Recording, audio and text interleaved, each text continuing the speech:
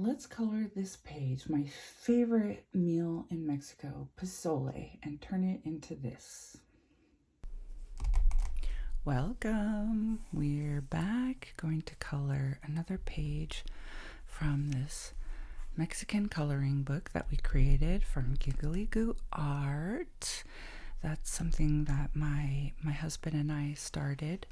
It's a small business, and we developed this coloring book to highlight his Mexican culture and share it with our daughter, who is now 2 years old. So we made some bold and easy pages. We did this one last week that was inspired by this enamel pin that I found. So we did sort of a enamel pin effect. So check that video out if you want to see how we did that.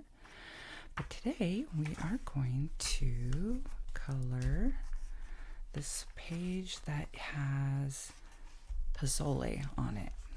And if you are not familiar with Mexican food and cuisine, pozole is seriously one of my favorite dishes. It is, let me show you a little bit of a Google search. Pozole is a dish, it's a soup that has pork and hominy. Actually, let me show you a bigger photo of that. Oh, it's so good. It's this, they make it in green and red version. I love the red version. It's got these different chilies in it that give it that rich flavor and color, the red color.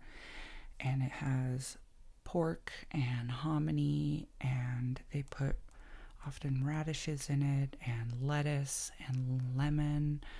And so you'll see here we've got the hominy and the radishes and lettuce. Now normally the lettuce is shredded, but for a coloring page it's hard to depict that. So we have the lettuce here, and then we have a nice bowl. I'm thinking that when we do the bowl, I have this picture here of we could do something like this, where it's this teal kind of aquamarine color, or where did I have this other one? There was another one where we had some, look, we have some art here also. Free Pick has some rather amazing art. I like how they did this, how the hominy is, so I may copy some of that effect here. Look how cute this background dishcloth is. I don't think we'll do that today, but something to look at in the future. But we can do something with the bowls where there's some, I think we may do a terracotta bowl or something like this, where there's a little bit of a flowerish pattern on it. So we can copy that idea. We can make that decision when we get there. Do we want to do the aquamarine, or do we want to do the terracotta with some flower pattern on it? So I think let's get started here. Maybe we can start with the radishes. Radishes with, I think the middle part, instead of just leaving it white, what we may do is go with a very light gray, almost white, and then blend in some reds in the middle to give it some of that radishy feel. So let's see, what color will we want to pick? I think to begin with, maybe sea CG1, CG2 for the center, and then we can blend it with sort of, we don't want to go on some of these bubblegum pinks, but maybe more of a salmon-y color right in the middle. I'm not sure, 131 or 135. Let's do 135 and then just do it right in the middle and kind of blend it in with the grayish white. Then what we can do is go back in with a fine tip in a slightly darker and do some sort of fanning out of detail here. So let's see, we've got CG1 and CG2. It's going to be a very muted palette for this, but we're just going to start there. These radishes, and the good thing is we can test out on one and then repeat, or test out different techniques on each of them. That's why we love these separate little things. So let's see, I said 135 for the center. Excuse me, that's 135. Pale cherry pink. Pale cherry pink. So let's see. Pale cherry pink. So let's see, how are we gonna do it? So we'll do the CG1 first. Let's do that. Let's just start with this one. Okay, it's gonna be almost white. Very, very light color. And then what we can do is bring in CG2 for some of these shadowy areas, like maybe this right here, down here. It's incredibly subtle. Is it too subtle? Could be. And then what I'm going to do is take this brush, kind of go in the middle and maybe kind of do a little bit of a blending like that, like a starburst. And then what I'll do, so that will kind of blend and bleed together, but then what I'll do is go back over that with some more texture starbursts, either in this color or a darker color, probably also a darker color. That looks kind of cool. Is the CG2 dark enough? I'm not certain about that. I feel like CG3 is maybe too dark. We can experiment with that like we often do. Let's experiment at least down here. I think that's a good one, actually. We use this color a lot. I think this is probably one of our most used colors, is CG3. Isn't it? We can also go in with more of a warm gray. We can test that out on one of the other ones. Warm gray 1, perhaps, although I feel like that's a little bit too yellow. Warm gray 1 feels too yellow to me. I'm not sure if I like that, to be honest. Let's stick with the gray. Let's stick with the gray because we can go in and feather some color in here when we do the rim. But I think that looks okay. This pink is a bit bright for me. Bit bright. Can we do something a little more subtle? What about... I know we mentioned 131. Okay, right here.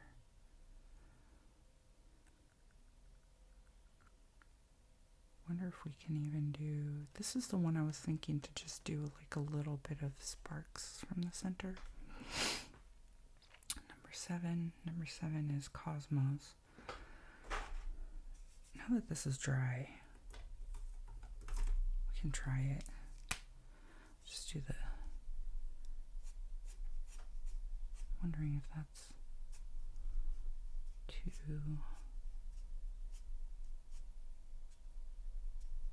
too dark.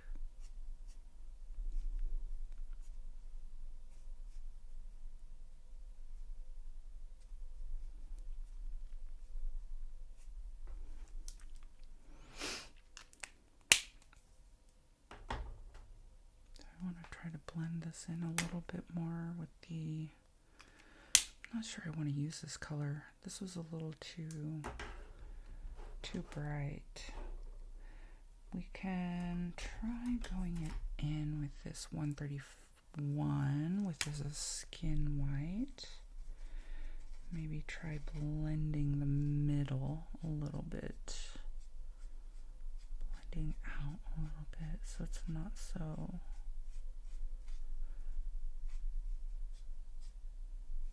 Oh, that's kind of cool. I like that.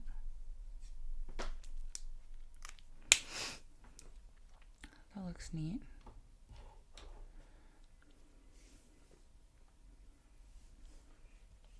That looks kind of neat with the little radish starburst. Also, that CG3 didn't dry very dark, so I think that was okay to use. We can still start. What we can do is start with this CG1 again.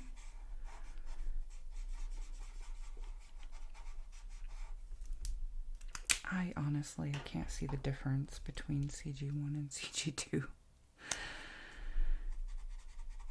If you can, then let me know. It's so subtle. Just can't quite get it. There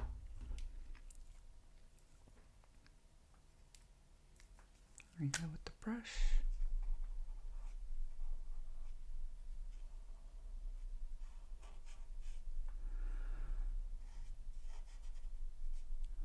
Okay.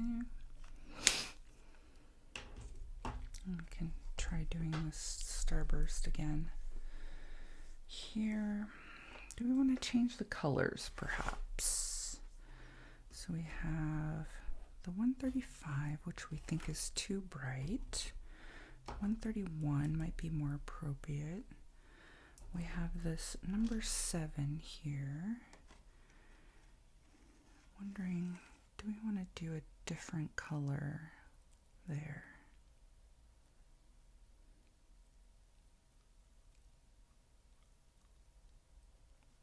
Should we try 8? What is 8? Rose pink. I'm worried it's going to be too pink. That's the thing. I think it might be too pink.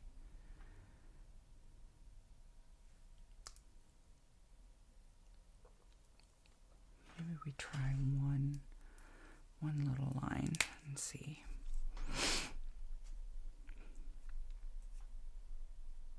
What do you think? I think maybe it's okay. Actually, you know what?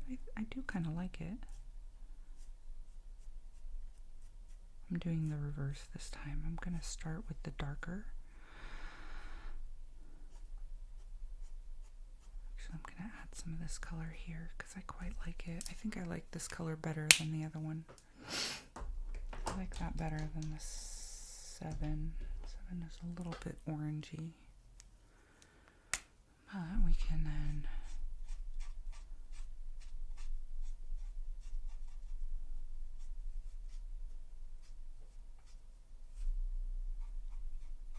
I'm going to do a little more blending on this starburst. It's a little bit much at the moment.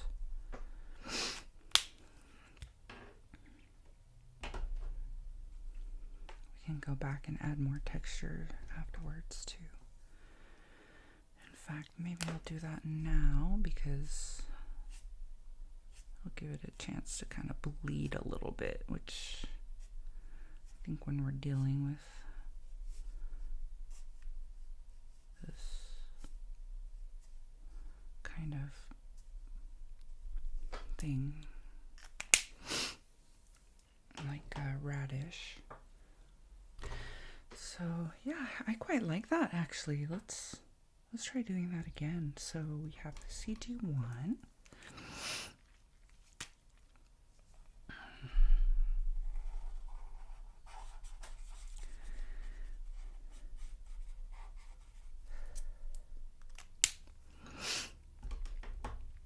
CG2.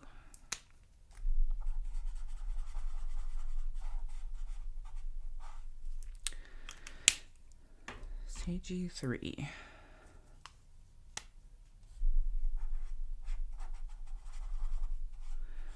can see the color more when it's wet, but when it dries, it lightens up quite a bit, doesn't it? We can take maybe a darker, like a warm gray, maybe to that later on if we want. All right, now let's go in with, what do we want to do? Let's do the 8. Let's do the 8. I'm going to use a brush tip and experiment with that. Fine tip. See what happens. Okay. Then we can do the skin white. Kind of bleed it.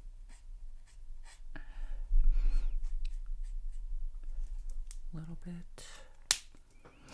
Then we can go back and add more fine textures.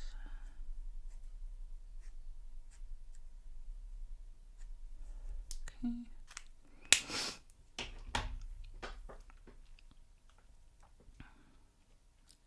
That's okay. That's okay. Now for the rim of the radish, let's see, we want to do something pretty, we may want to layer, because I think the radish is going to be a bit more of a, like a beet color. We don't have exactly that, so maybe we want to combine some of these hot pink with dark reds so that it gives it a little bit of a beet flare, like this azalea purple or something like that, and then layer it with number 5 or number 2. I think maybe number 2. Let's see, where did we get? Okay, so azalea, that's the one. And then old red is number 2. We can do an experiment on 1. Experiment on 1. Ooh, I like that. We may not even need to layer. Let's see how it looks when it dries. Might be a little bit too bright when it dries. I think that's gonna be my guess. But when it was wet, it looked pretty nice. Okay, I think it's getting a little bit too bright. But let's see, we can even just add that in the shadows, and that could be sort of a highlight area. That looks nice. Let's try that again over here.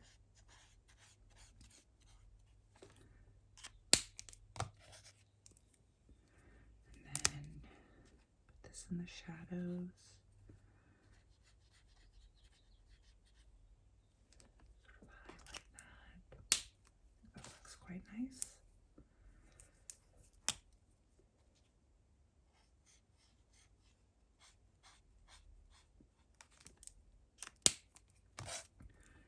So that azalea is a little bit more of that highlighted area, as if the light is reflecting on it. And then this old red is adding the shape.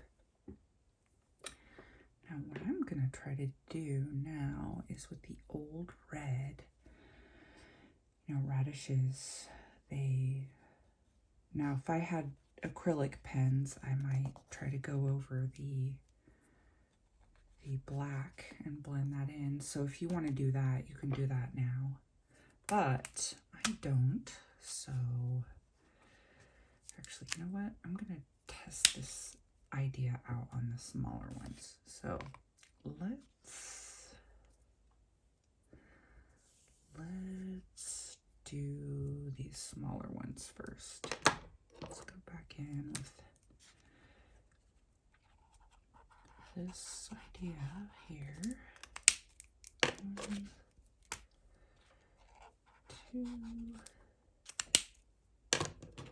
3.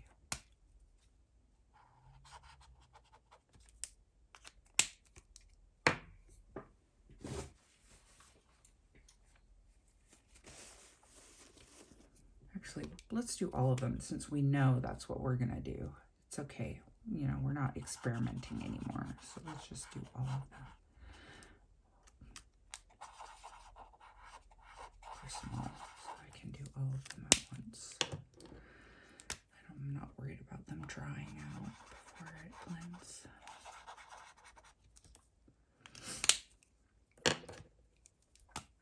This one will do the shadow here. Not sure we need to do the shadow, but maybe I do a little bit down the bottom. Okay, let's see now with the starbursts.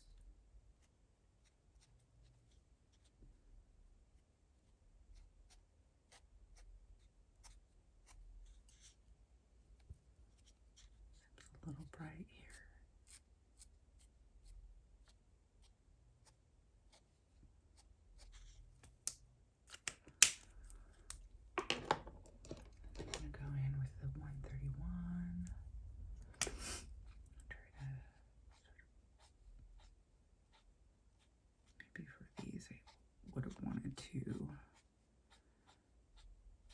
To do it in the reverse, but it's okay actually.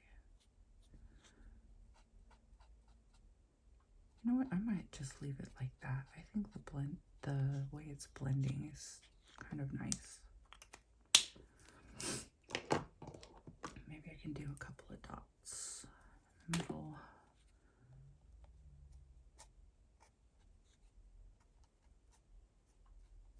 In the very, very middle. Okay, there we go. Now I'm going to take this azalea, go around the edge.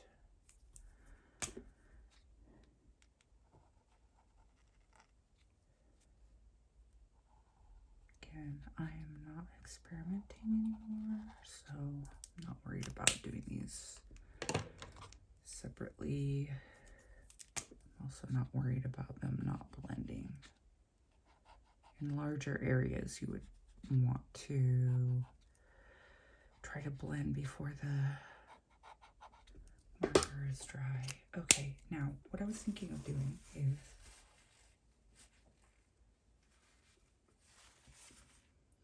taking the, do I want to do azalea? No, I want to do the old red, I think. And try to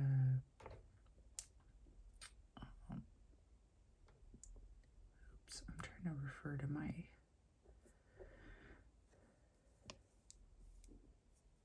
actually the azalea might be a good one. Well, let's try one of these anyway. So sort of like create this little barrier here where it's a little scalloped because the color from the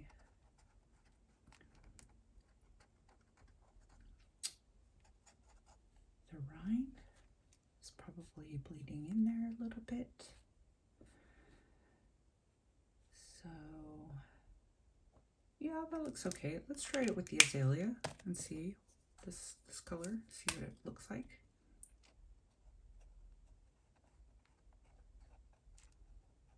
Just doing a little scalloping edge there.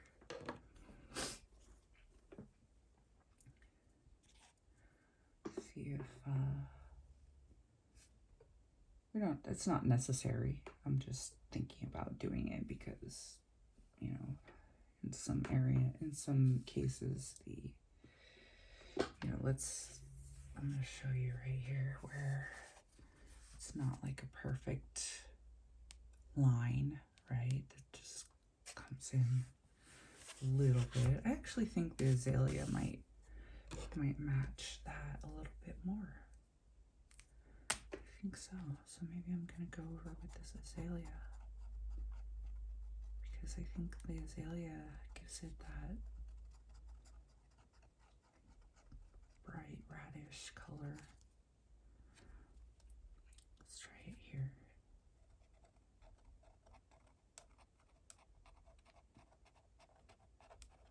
Just kind of scalloping it a little bit.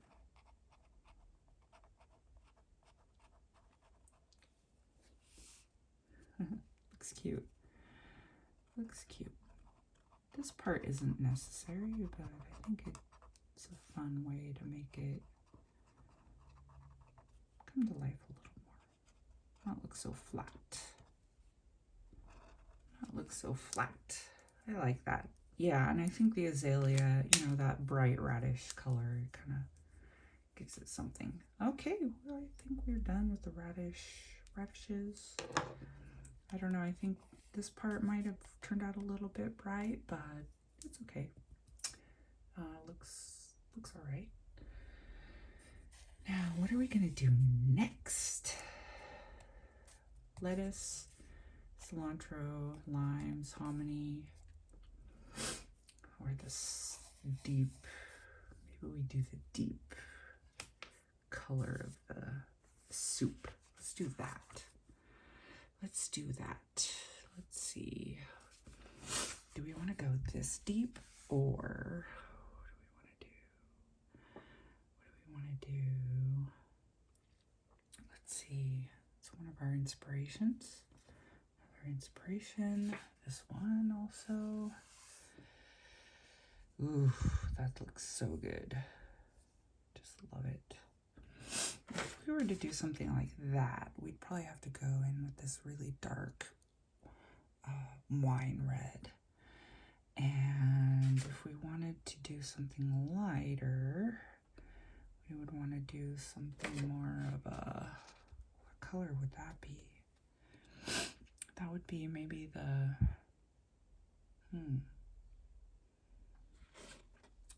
that'd be 94, like more of a brownish red. 94 is brick brown. Let's pull that out just so that we have it as an option. Brick brown. What else? We definitely need this old wine red for sure. And maybe the 94 is where we start. I'm looking at this 94. Let's keep looking at this. Kind of I know that's an art piece, but let's see what kind of color they came up with. We could layer also. We could layer 94 with a reddish color, or maybe even an orangish color. Like a 15. Let's see what else we have here.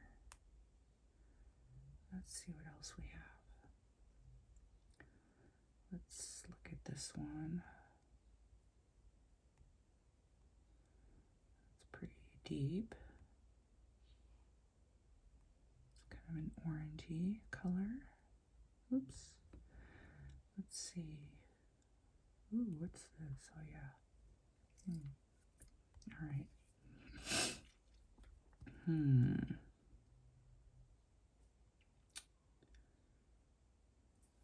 Let's see. Sort of like a reddish. I guess 2 would be a good one. These are all too light. 2, 5, but some of them are more orangey, so let's see what that would be. That'd be more of like a 21. I still think 94. Let's see what 21 is. Terracotta. Terracotta. We also have, number 2 that we can pull from, which is already out here. I think that's actually a really good one. So maybe what we do is we can even marble some of it together or give it some texture. Like if we look at this one, see, it's got some spices and maybe some texture in there. So what we could do is do the imperfect technique.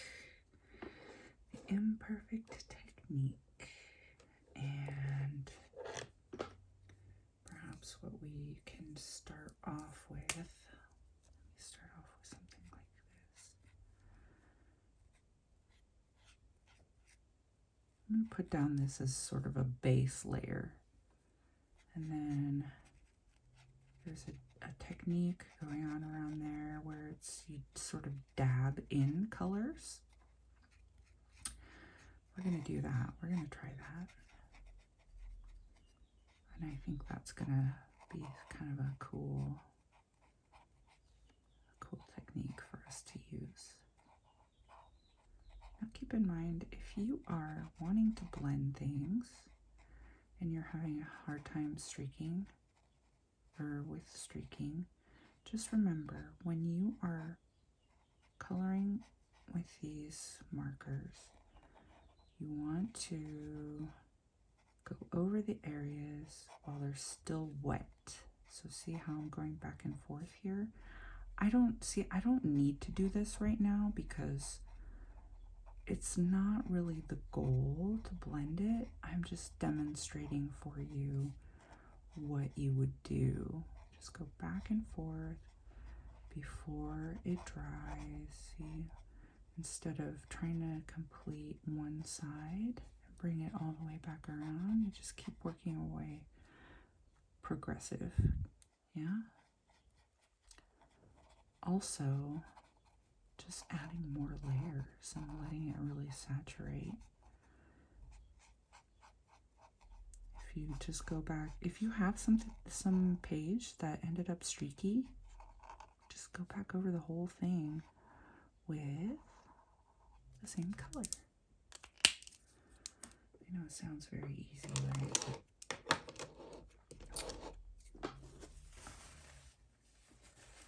So, okay, now what are we gonna do? So I put this light color down because it's the sauce or the broth is gonna be a lot darker, but we do want some of that lighter texture. And it's gonna be easier to go in and add dark rather than add light. Now, we're gonna do this technique, which is like blotting. And the goal of the blotting is intentionally not to have a smooth line. It is to have a little bit of imperfect, people are calling it imperfect coloring. Imperfect coloring. Which I love the concept of because I think too often we get really caught up in being perfect and making sure we don't do anything wrong with coloring, which, to be honest, just makes it stressful. Nobody needs that. It's coloring. So, imperfect coloring allows you to do just that, be imperfect. And see how I'm not even making sure I'm filling in everything? And that's because I want some of these other colors to peek through.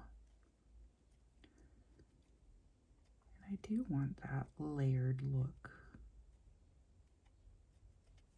And I think that's going to make that broth really interesting. So there we go with our second color. Let's go in with this color, this old red.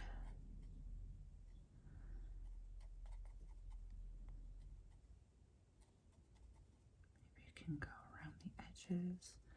This is just going to give it such an interesting dimension.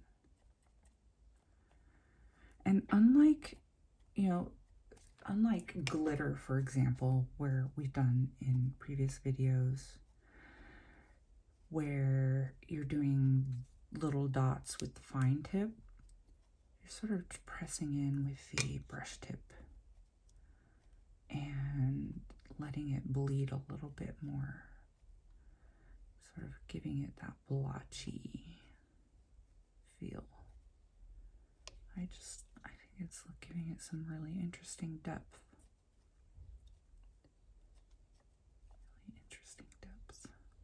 And then we're going to go in with the even darkest color and add more to the shadows. And we'll have to figure out what color we want to do the hominy. I think we might use that terracotta color again. Super interesting. Let me add a few more dots over here.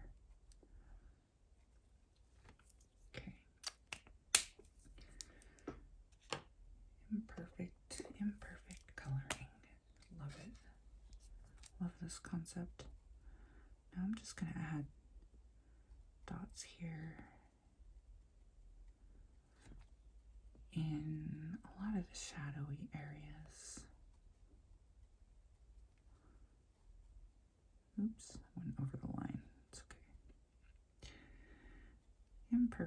Imperfect coloring is what we called it, right? Wow, that's pretty cool how the dots give some really interesting blotchy colors. But I think it works perfectly for this soup idea, where you have these different spices and things swirling around. Let's go in here with some of these shadows.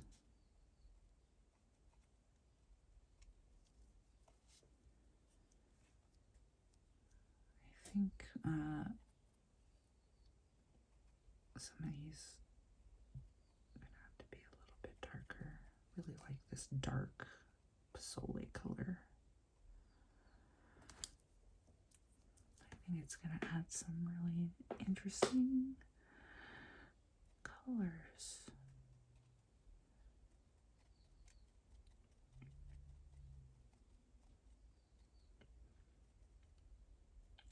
Imperfect coloring. If you needed an excuse to be imperfect intentionally, that is such a relief. At least for me. Such a relief. There's a little restaurant. So we're in Mexico right now, and we have this house here.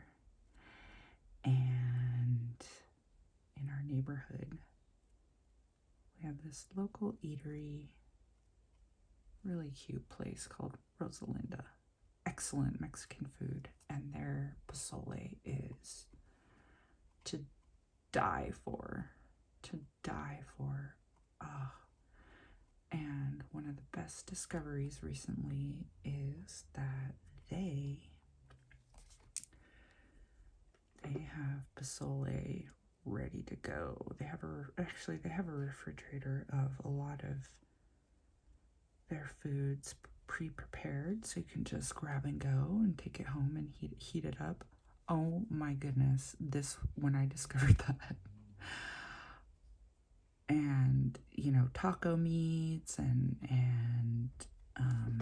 pibil and stuff. Oh, that was the best mom hack discovery, because my daughter, even though she's two years old, she loves the pibil, which is like a type of meat, and it's like, it's not a type of meat, it's pork, but it's prepared in a certain way, and they put it on the tacos, and she just loves it. So sometimes I'll just pick up a container of that and heat that up for her for dinner. Oh, she's happy. She's happy as a clam. All right, I love the way that looks.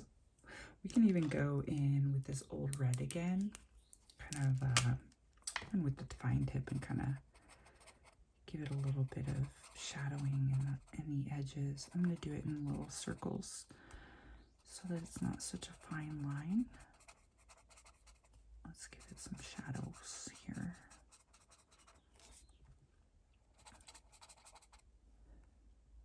Some more shadows so that there's more depth, at least even around the edge of the bowl.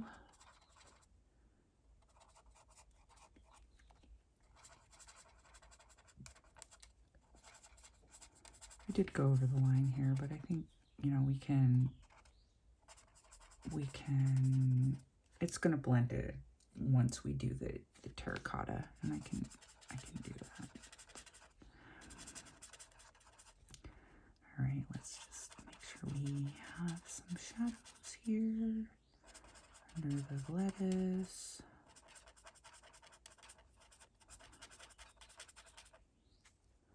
Yes. Okay. Done with that. All right. Now, I get my inspiration here for my hominy. The hominy, because I like how they did this little, like the little knot seed area. Knot.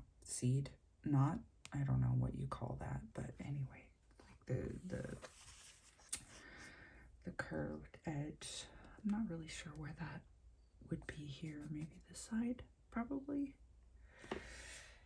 But can get inspiration from that for our colors. So let's take our colors and look here. So let's see. It's almost like they almost look like cashews, don't they? I'm thinking maybe WG3, this warm gray for kind of a base color. And then as we add shadows, do we want to do, let's see, 31 could be too yellow.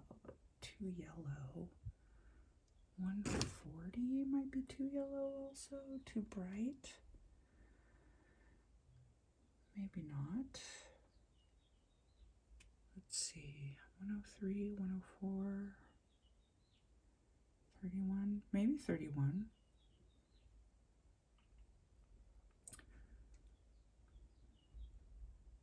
WG3.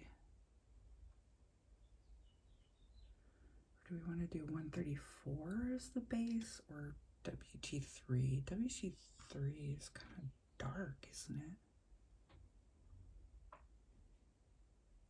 Well, let's pull it. We have many to experiment on. They're pretty small. there's the BG3. There's 134 raw silk. There's 104, which is brown, gray. We can even do, let's see, 31, which is a dark yellow.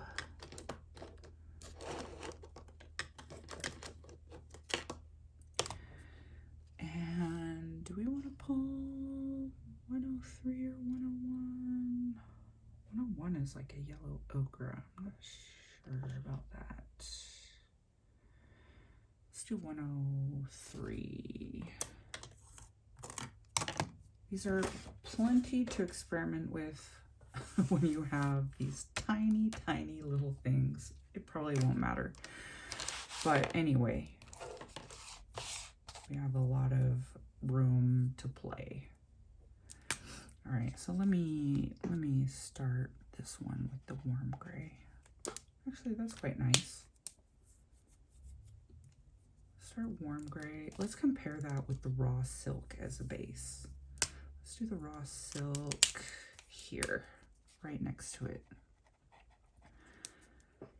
So we can really compare those two. Warm gray, raw silk. This one's a little bit lighter. Okay, then let's see. Potato, what's so light to dark? What would that be? It would be 104, 31, 103. So light, middle, darkest. They're so small it may not even matter, to be honest. I'm using the fine tip. I'm just going to outline this.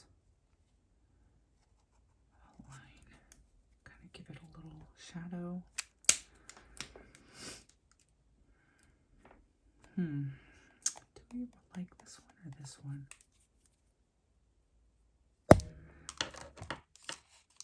I do think that the 31 might be unnecessary. Let's look at 31 right here. It's a lot darker.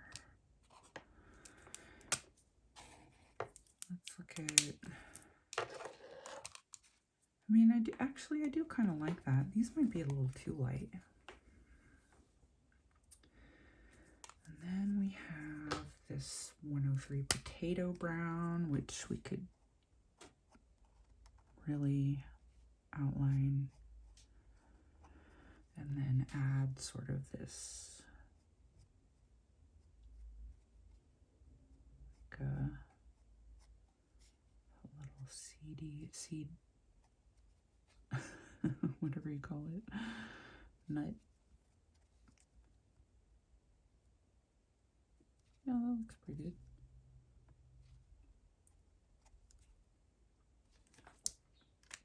I didn't put a base here yet, so I was just thinking, let's just try something first.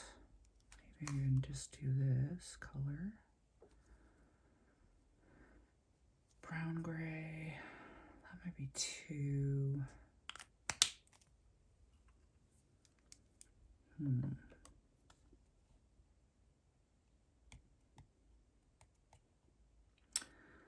I do like the contrast of the 134. So I think actually we'll stick with that. We'll park the warm gray 3. I think it just creates too much of a dull color, but the contrast between this one and some of the darker colors I think is interesting. So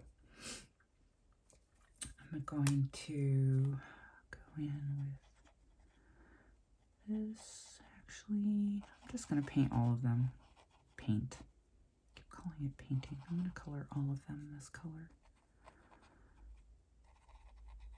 And then we can go in with the fine tip and add some of the shadows and details.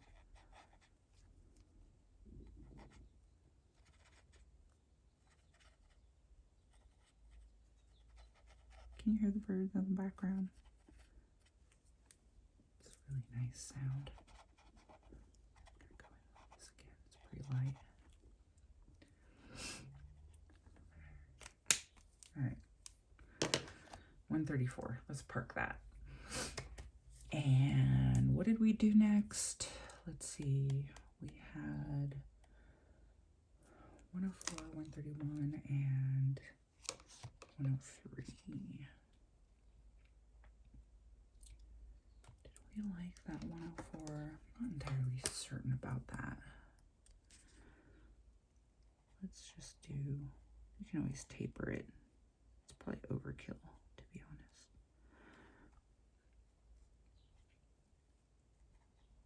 I think I do like the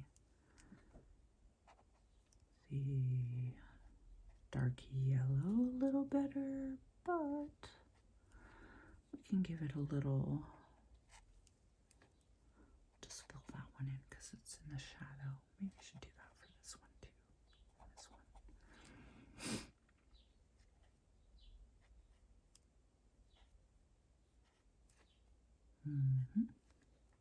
Okay. Park that. We're done with that one for now. Just move those out of the way.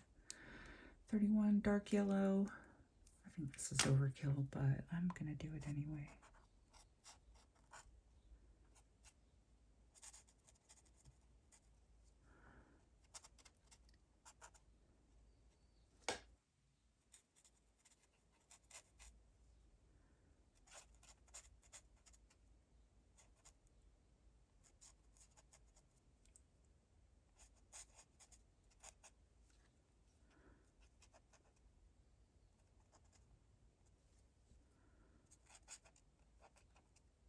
Part of the joy is just doing it. So if you want to add colors just so that you can color more, that's sort of what I'm doing right now. I'm layering colors so that I can color more. And that's perfectly fine too. Actually, let's just make this dark because it's in the shadow. We can also add more highlights by using our gel pen later on. Now let's go in and add some of this darkest one here.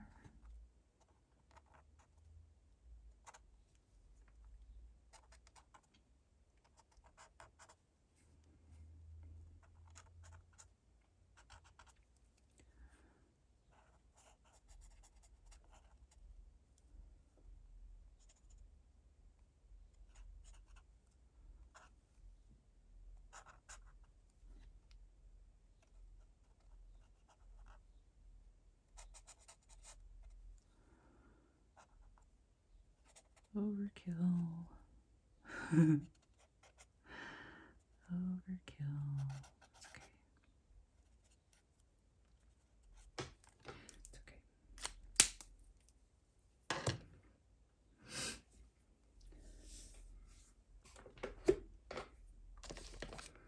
I'm just gonna bleed some of this a little more.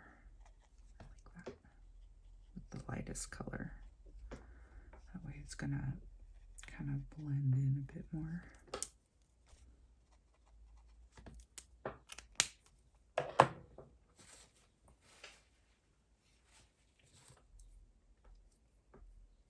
Okay, what are we gonna do next?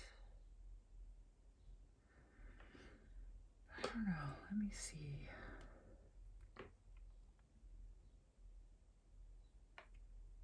do kind of want some of this,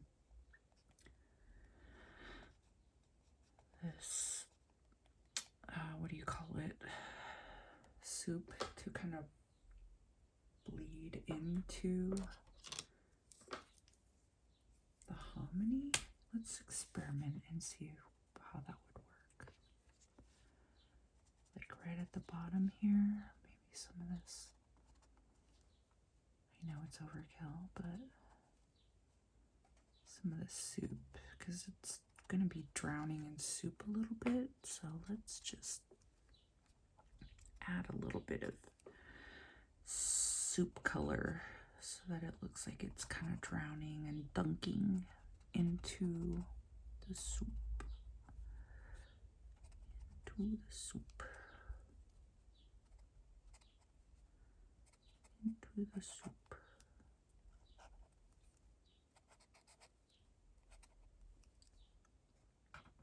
Yep. All right. Happy with that? All right. Let's see. Let's try doing the lettuce next.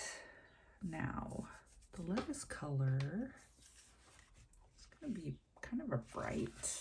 These are going to be bright colors. So I think we have a lot of greens here, but I think we're going to stick with some of these light frog greens. Yeah, is what I want to call it. Frog greens. 46, 47, 59. So, do we want to go even lighter than that? I don't know about it. Let's start with 59. Let's go with those three. 46, 47, 59. 46 is vivid green. 47, grass green. 59 is pale green. By the way, this set that I'm using is just a generic alcohol marker set. It's made by Chotun. They're a manufacturer, so you may be buying a lot of the brands that are just alcohol based markers, inexpensive. This is a 120 set. I bought it, from a general international market. So I know the Hoo-Hoo markers have gone up in price quite a bit thanks to tariffs. And not sure if they're really going to be that affordable anymore. So if you want to look for an alternative, then you can use any alcohol marker, to be honest. Like, you don't have to spend a lot of money. Here's 171. I'm going to see if I can, this is jade green. I might start with this because, we have some of this, this is really light, but we have some, we may want just the crispy, light green color to start with. I just do both. Not worried about blending right now. Although maybe I didn't even think about it. But I could go over it and blend afterwards.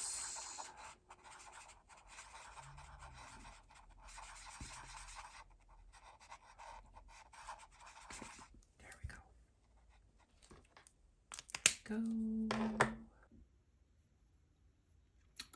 Okay, so the next color we'll use is 59. This is the second lightest color.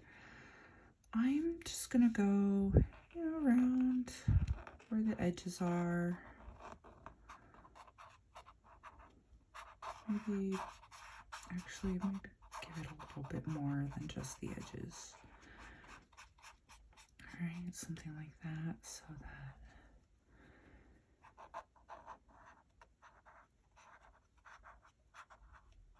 and we'll be adding more colors. Let's see, the 46, which is the vivid green.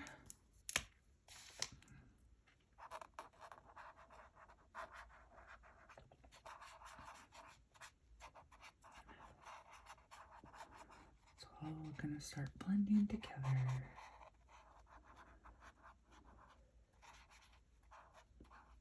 Give it a little shadow there. And then, let's see, we did 59 and then 47. Let's see how that looks around the edge.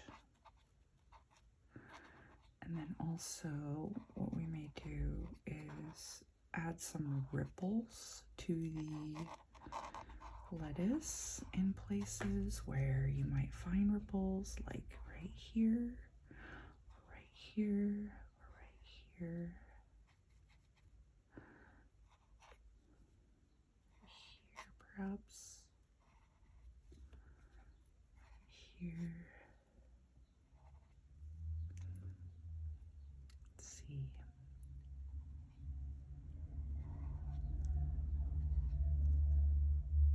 So this acts as sort of the shadow of the ripple. Okay. And then if we want, we can even take a darker color. Let's go with deep olive green. Should we do deep olive green? Maybe do a fine tip on this one. Maybe we can do something more like this, where it also follows maybe a little bit of the ripple.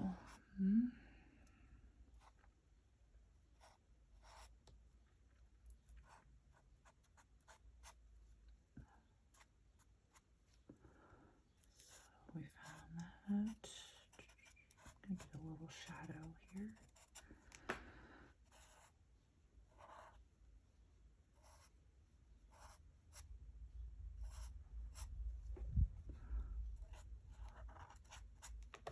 Okay.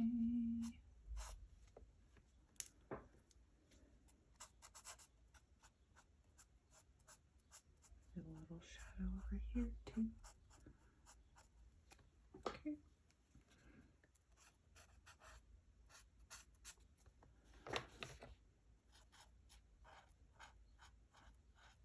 Maybe along that center line, maybe along these little black lines, so they kind of blend in a little bit.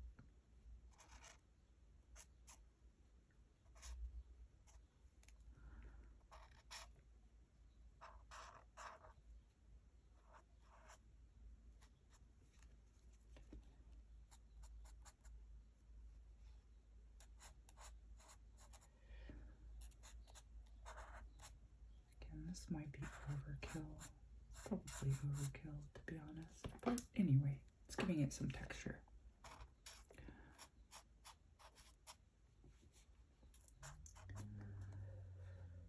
So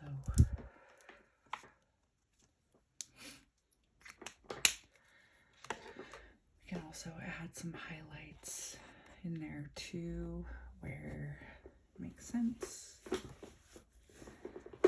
This olive might be a little too dark, but let's add some lines here.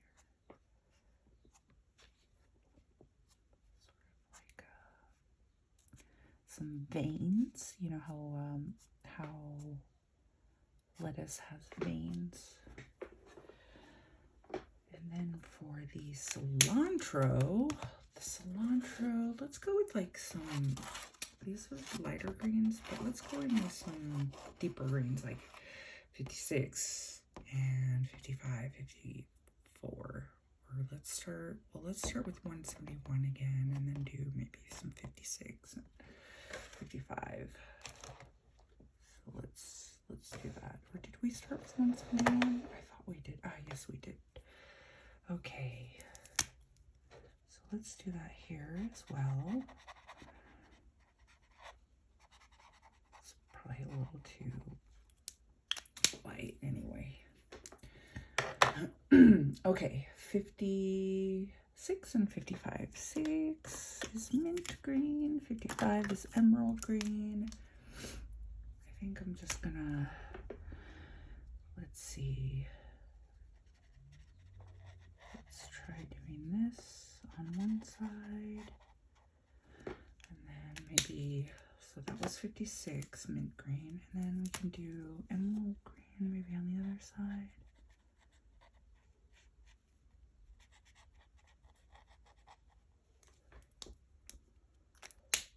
And then let's see, what it's darker. 52 is deep green. So yeah, we can do some shadowing with this one. Like right here. Maybe some veins also.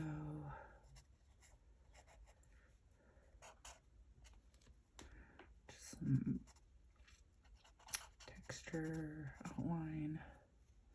Not sure if we need to do a whole lot. It's a pretty small area right there. So anyway, there we go, cilantro. Now, the limes will be interesting. Let's see how we could possibly do the limes. Do we have any limes in our... Well, we have that. I'm not a big fan of that. These are okay. I'd like to maybe look at some real limes. Guess maybe we need to find one in our search. How about we look at something like this. Oops. What did I do?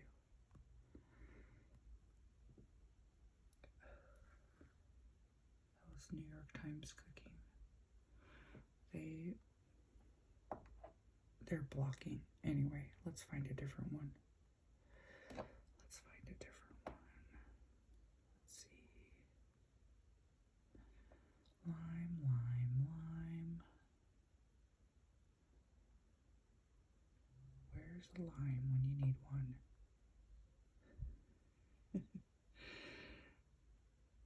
I saw one earlier. That's not in the right shape. What about this one? Not exactly what we're looking for, but at least, you know what? At least we can see the rind here, like for this one. So,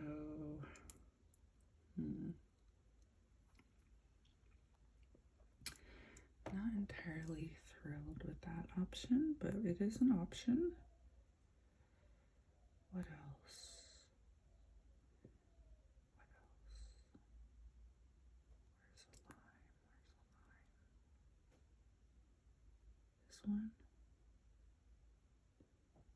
one? Like, maybe I should just search for lime. Lime. Actually, let's do that. Let's just search for lime.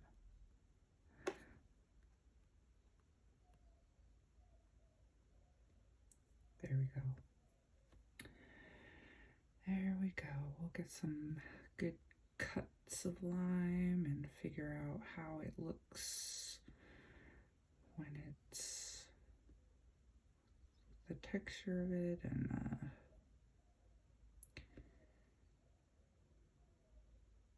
yeah.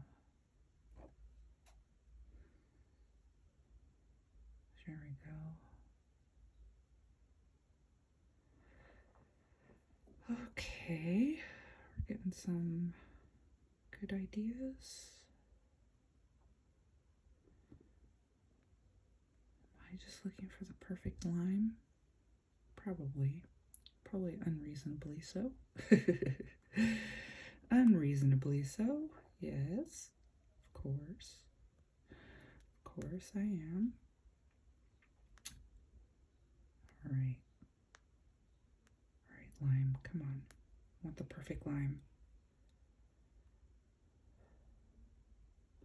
Well, let's see, lime, I know there's plenty, so let's see, maybe what we can do is take these, like,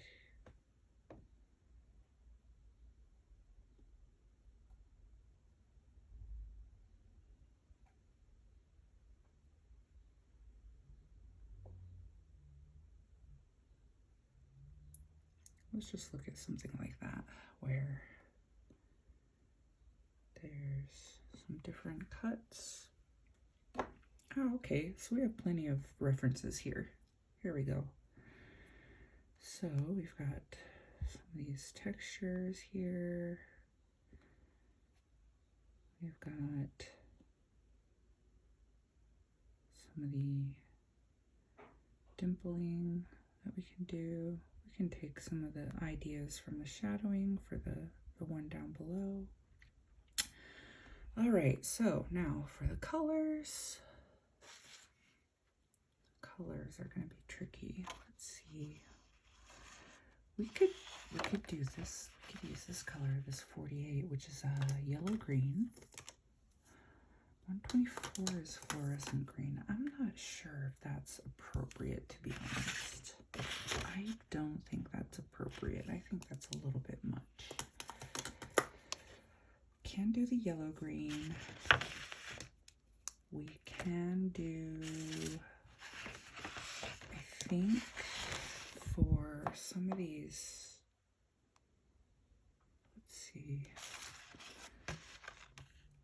yellow green, 59. I think we may need to use the 59 again. And 47. I don't know that we're going to get this bright, to be honest, but if we layer 48 and 59, we can try it. We can try doing something like that. So let's experiment. Let's experiment. And if we wanted to give it some texture, let's see. Well, let's see. This yellow green. Are we going to start that? Or are we going to start with a different... Let's start with this 171 again, so that we give it a base that we can work with or work around if we want, to leave some lighter areas. But I think...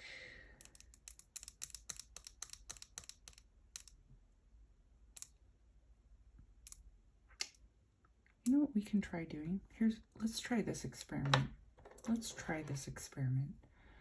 We're going to go over these lines here.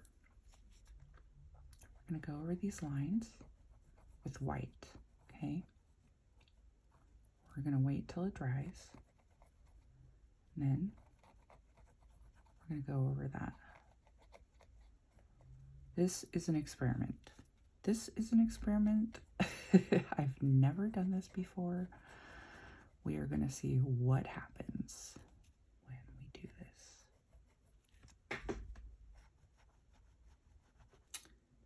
We are filling this in so that we can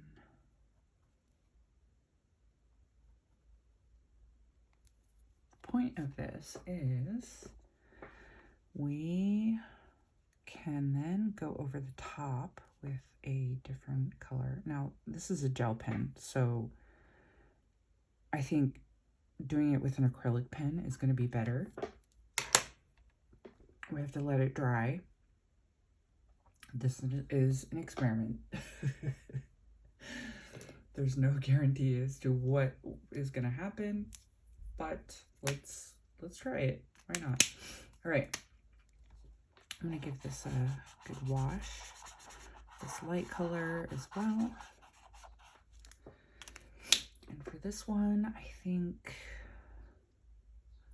what we can do is start adding the texture around it with some of these other, like the 59, for example. I think 59, I'm going to start. I'm going to see it as this. There's a highlight here.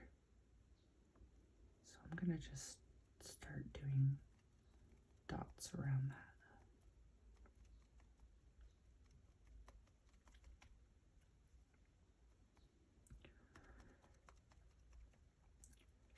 Okay, now this is going to be more filled in.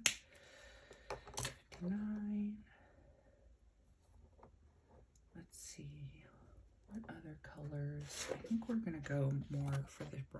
we're gonna go in here with more of these colors like we did with the cilantro. So let's do 56 next, the mint green. Let's do that, okay. I'm gonna do it with the brush tip so that we do some imperfect coloring here and have it bleed a bit more than you would normally see with the fine tip, and then I'm gonna do some with the fine tip as it comes in here into this lighter area.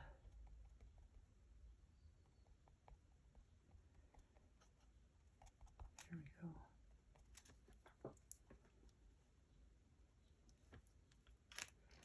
Then what's next?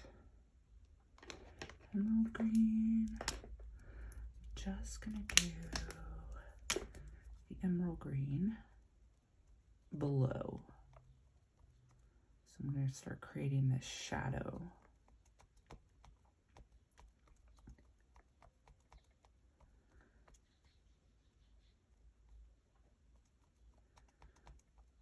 I'm gonna do a little bit more of the bigger dots with the brush down below because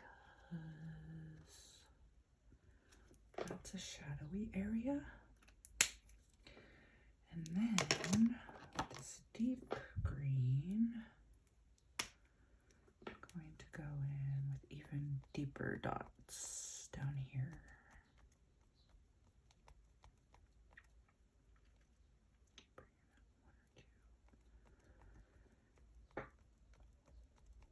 Here we go. And then more of that deeper, bigger bleed. There we go. Okay, good stuff. Good stuff. All right. Now let's see.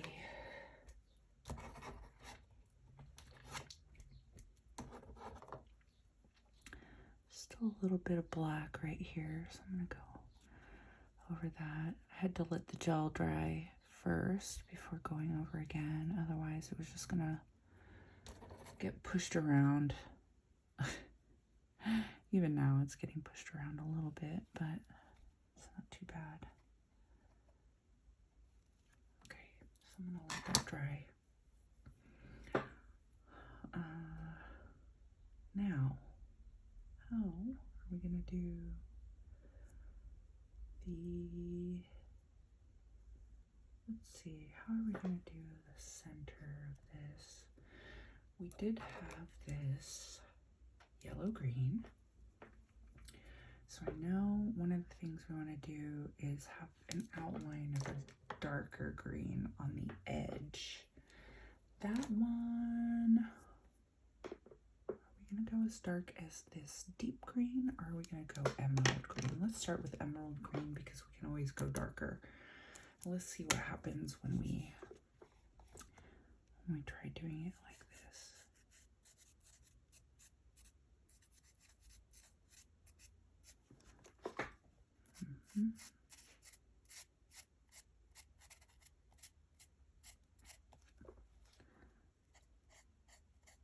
Okay,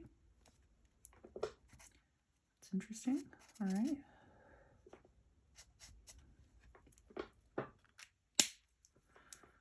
All right.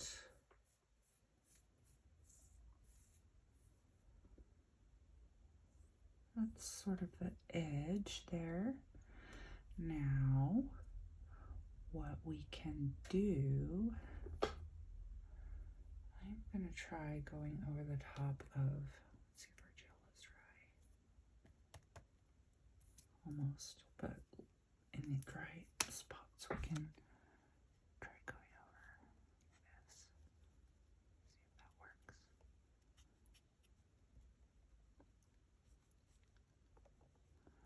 probably the acrylic is better for that.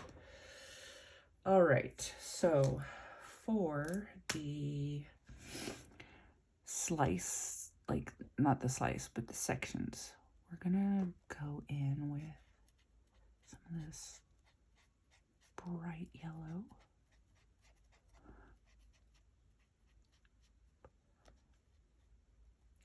And I'm not going to go all the way to the top. I want to leave a little bit of this rind color. Okay.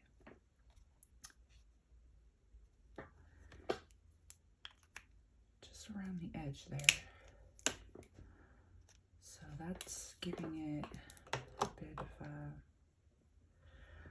the slice color. And then what we can do is go in with a little bit of texture in some of the, let's say, do we want to do mint green or deeper green? Let's start with the mint green, 55. And just give it a little bit of like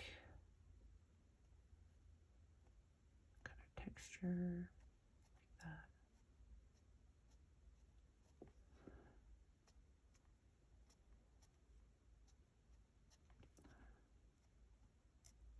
Just giving little tiny strokes, tiny strokes.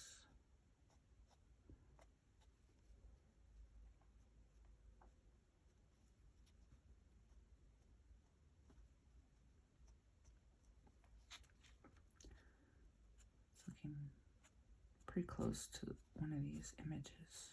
I'm going to show you in a second.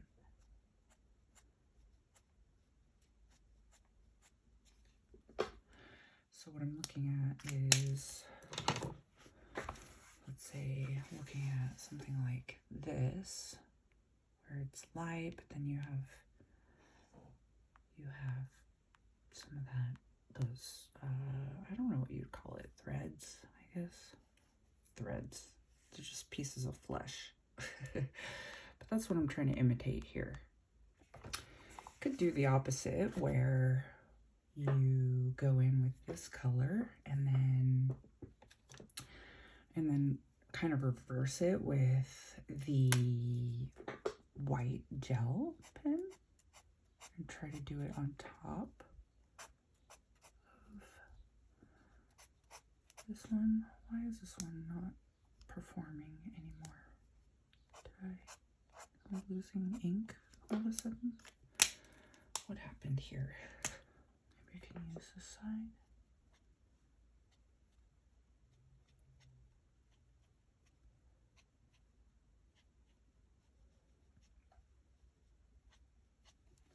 Okay.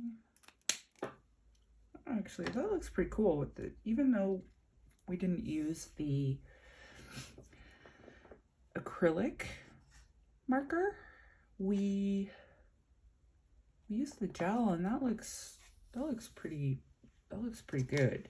Should we try doing that again down here? I can try getting an acrylic marker. Actually, we can try that and then see what happens.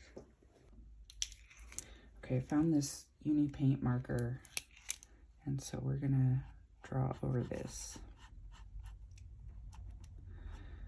These markers smell so bad.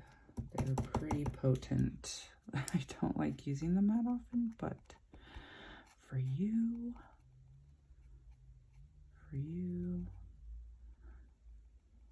look, I'm not sure that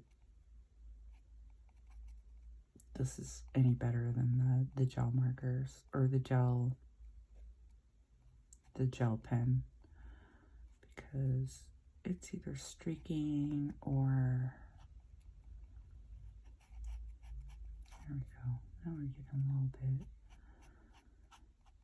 But if you have the gel white pen, that's good enough.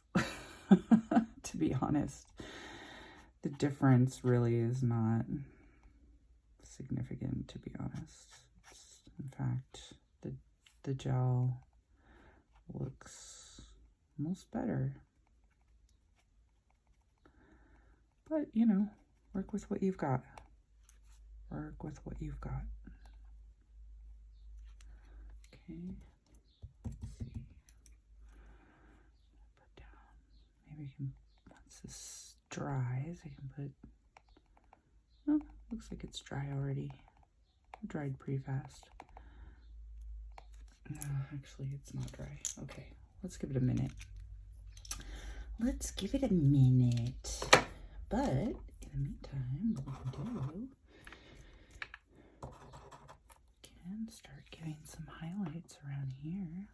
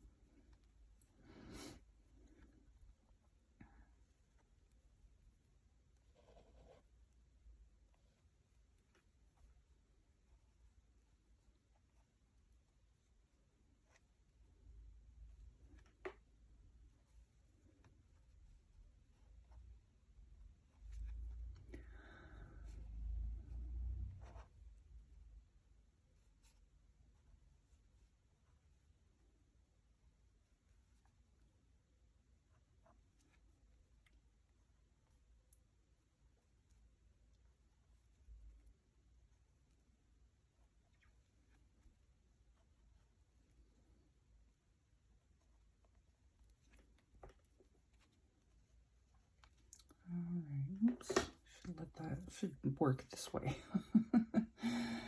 Note, make a note of that. If you want to do some highlights, work from this way to that way. If you're right-handed. If you are right-handed, okay.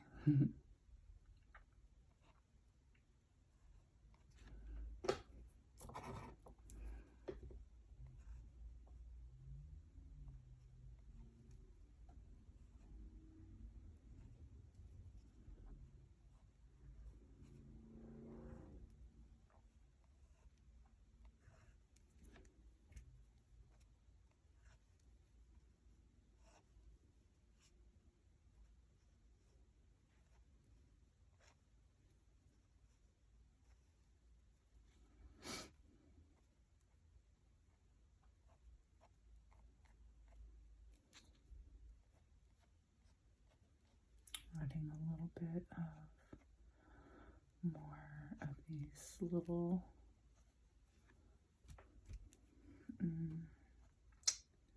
what would you call it? In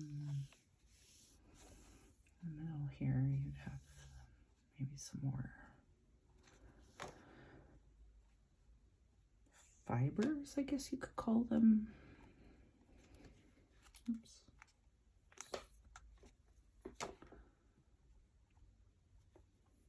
Fibers. Not sure if that's the right word. You know what I like? Is this dry? I like how the gel turned out better. Even though the gel isn't perfect, this paint marker, this is oil-based. It's not acrylic, so, you know, I'm gonna go over this with the gel. The gel worked out a little bit better. I know we're gonna have to wait for it to dry again, but I think we're getting a better effect with the gel. Next time I will get an acrylic marker so we can test that out, but oil-based marker, not so much. Not so much. There we go.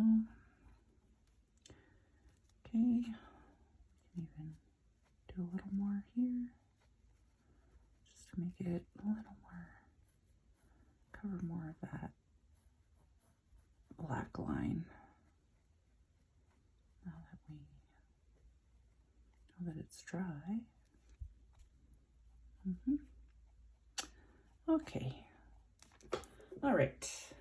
Now we can do the same effect down there with that we did here. So what we need is maybe I should let it dry first.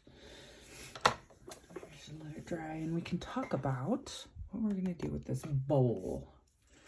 What are we gonna do with the bowl? We're gonna do the terracotta color or the aquamarine color. I feel like terracotta is a bit more authentic, but aquamarine could be a little more fun. I just don't have very many blue colors. That's the main problem. Although that hasn't stopped us before, has it? That has not stopped us before. We could, what are we gonna do? Terracotta. I feel like maybe yes, terracotta. I'm in the mood for terracotta. Okay, so what we're gonna do is, I think, let's see, what colors are we, I think, you know, these might be the main colors here. 21, 31, I know that we used these already for the hominy, or the mice, as it might be called over here. Let's see, 21, did we use 21? I think so. Maybe it's over here. No. 21. Ah, here it is. Terracotta. Terracotta. 21, 31. Then, what's the other one we want to use? 103? Is that the potato brown we want to use? Do we want to highlight with that one?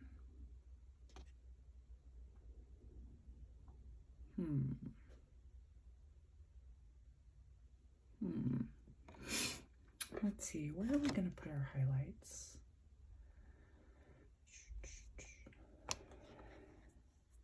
Thinking, how are we going to do ran? Maybe what we'll do,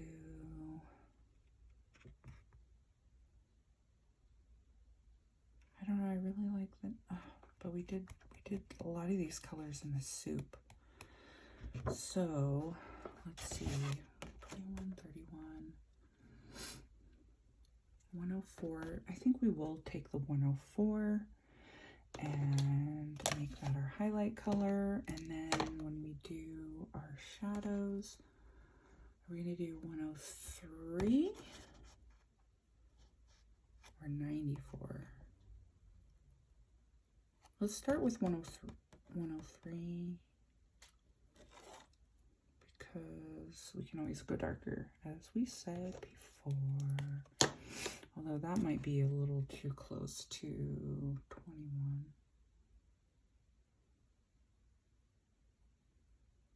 Anyway, okay, so let's move these. Let's just get started. We can always adjust as we go. All right. So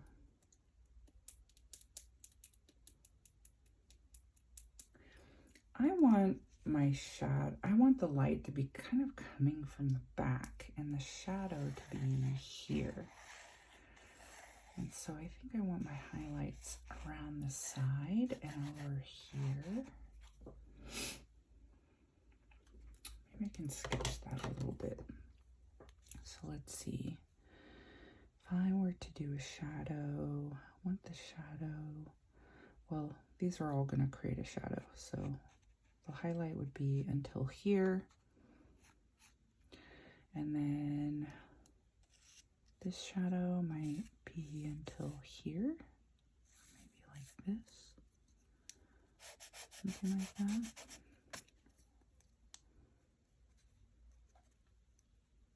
This. And then I think maybe from here to here, might be. Something like this.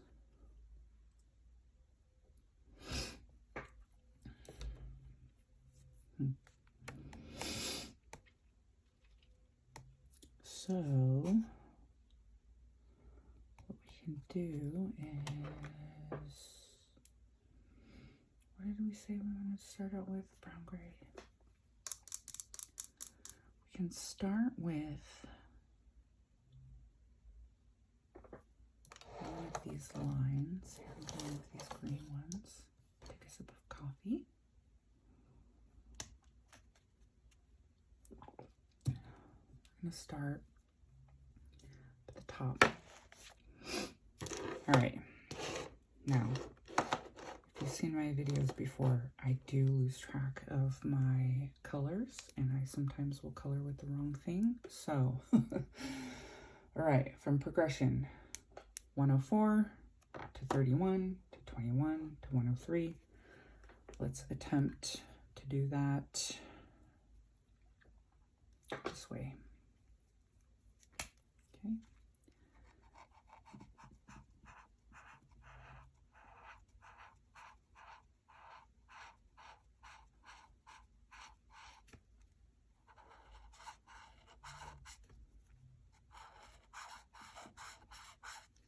I feel like I need to refill this pen, don't I? Okay, let's switch to 31. Go over this a little bit.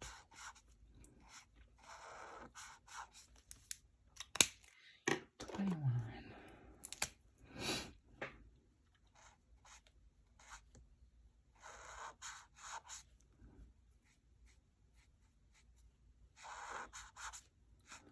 One, 103. Is 103 actually going to be darker? Not sure. Ooh, this one's running out of ink. All right, and that's not darker. Let's park that one. Let's continue with 21. That's darker. We'll skip 103. Let's go swing all the way over here. Then we can start fading out with 31 again. And then we switch back to, oops. This one needs to be refilled as well. All right, let's see how we did there. I feel like with the terracotta, we may need to bring it out a little bit more. All right, let's, hold on.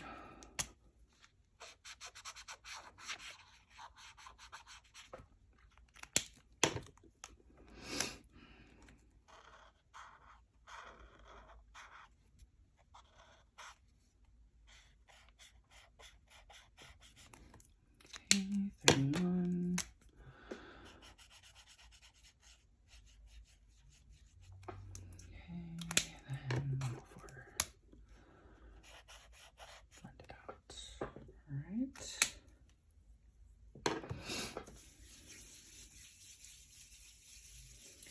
And then we can fill in more with some darker shadows. But I think, now do we want to give it a stripe, or is this more of a, like a ripple? Are we doing a ripple or a stripe? We could do a stripe, like a red stripe, or, yeah, like a red stripe, or a lighter colored stripe.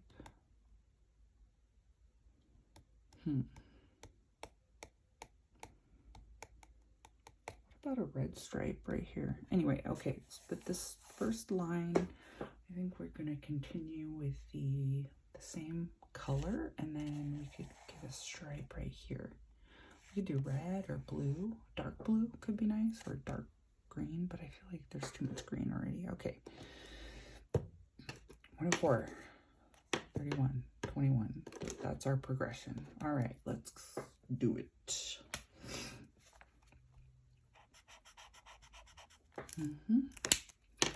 31. 21.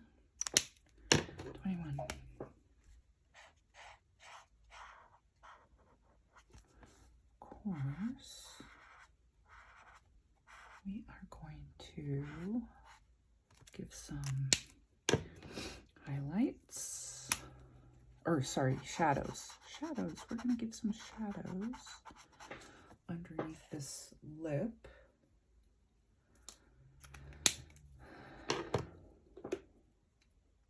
I think this 21 needs to come out a little bit more. And we blend it in again more with this. Yeah, there we go.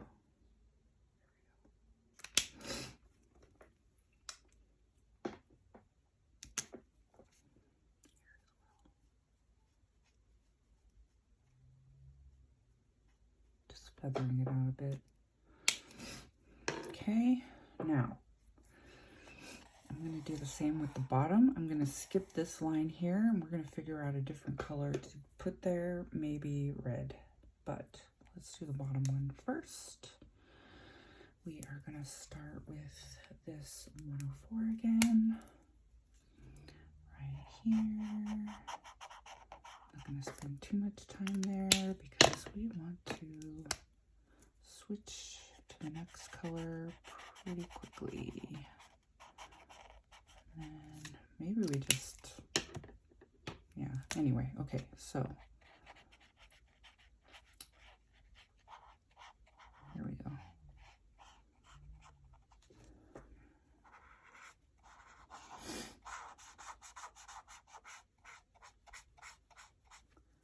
Okay, then what we'll do is take a darker color and do some more shadows.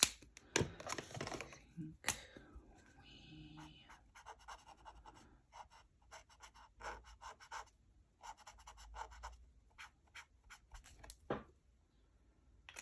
think we can add more shadows around the bottom, underneath this lip, around here to create some shadow around here.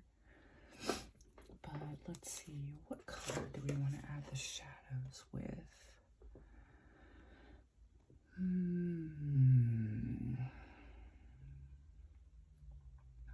Thinking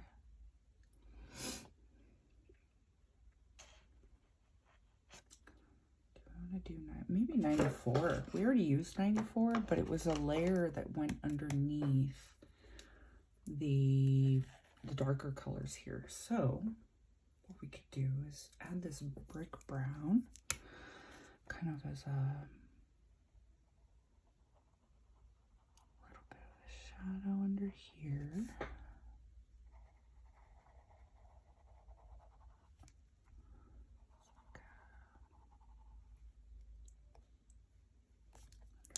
Lip.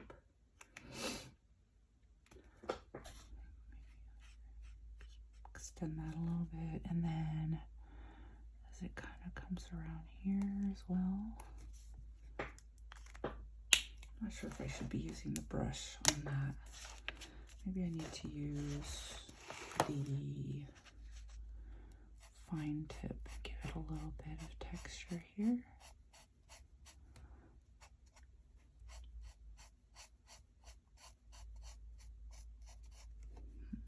I like that better than the brush. Okay.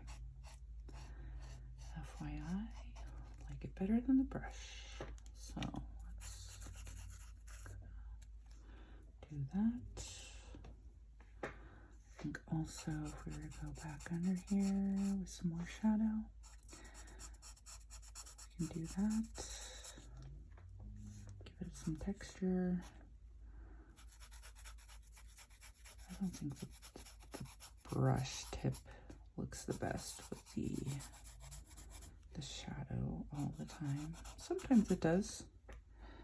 Sometimes it does. Sometimes it's very appropriate for that.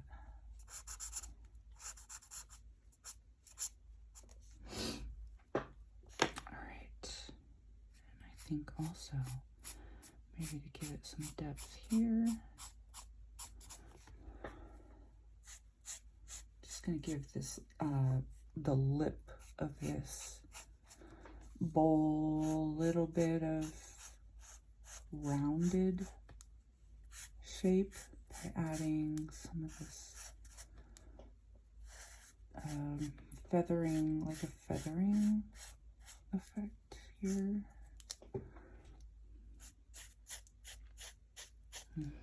And then what I'll do is underneath the bowl, really close, I'll add more darker, like a darker shadow, really close to the edge, so that it's not so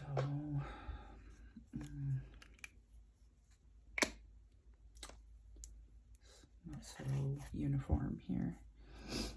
All right, what are we doing here? I feel like, what kind of shadows are we gonna do? I think maybe around this. We should do some around this line. We're gonna do quite a bit around here, but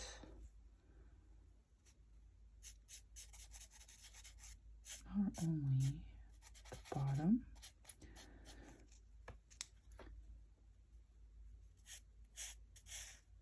I think, oops.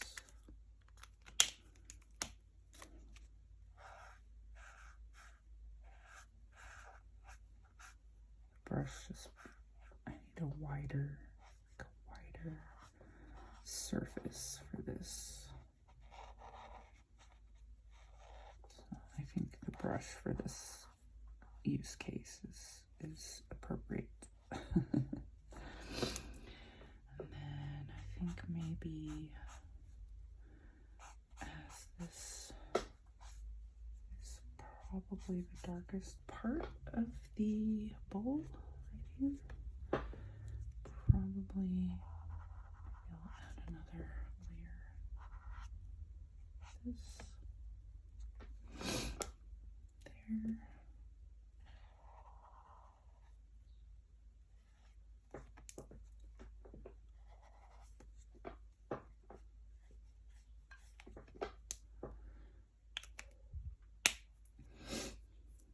I don't know how this is turning out, but it's turning out. It's turning out to be something. All right. Actually, I think maybe I might, I think I'm gonna add just more shadow like this, to be honest, because I really do want it a bit more uniform.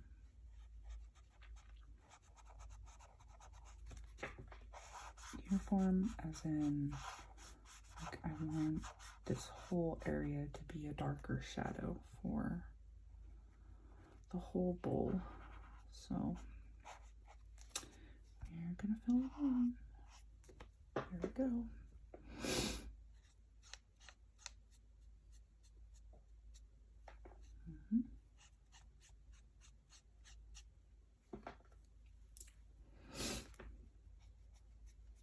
I'm just gonna feather it out a little bit as a blending technique instead of blending.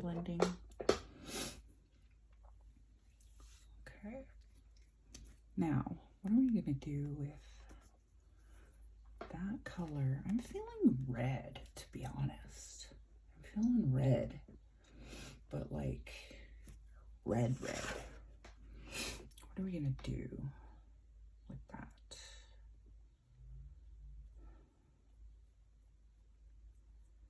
Red as in, start with geranium and then go deep into one.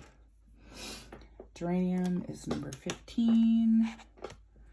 We'll use these other reds that we used before, the old red and the wine red. So what we're gonna do is start here and then go to the old red into here.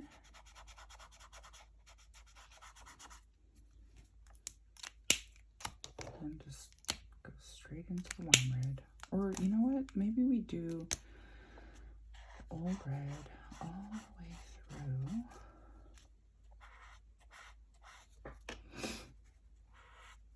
To here. And we do the,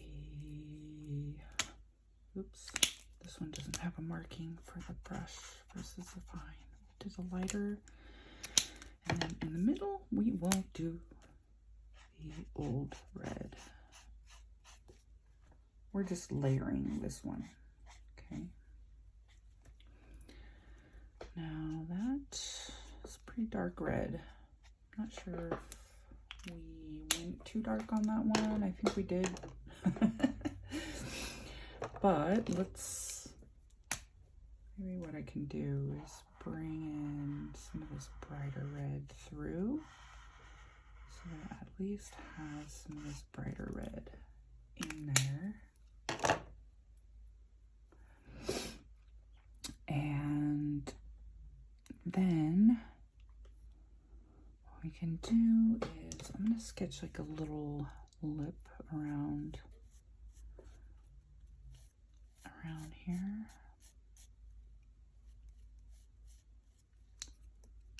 Oops. Good thing I'm using a pencil that can be erased.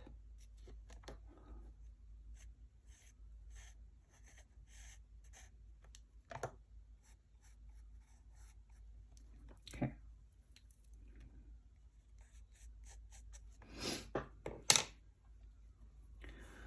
All right. So what we are going to do is, following this similar, which we call color scheme, let's go back over and put our colors in order. We had the 104, the 31, and the 21, right? And then we did the 94. So anyway, okay, so we're gonna start here. This is gonna be our highlighted area. Ooh, this one is not very inky. Oh no, come on. Come on. Stick with me, don't fail me now. Don't fail me now. All right, I think this one's on the out. We gotta replace it. We gotta replace it. Good thing I have another set here, so once we get to the other side, hopefully I can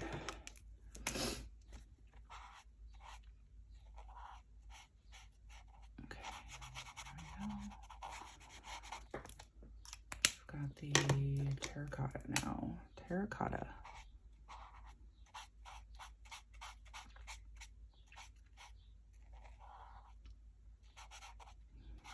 Okay.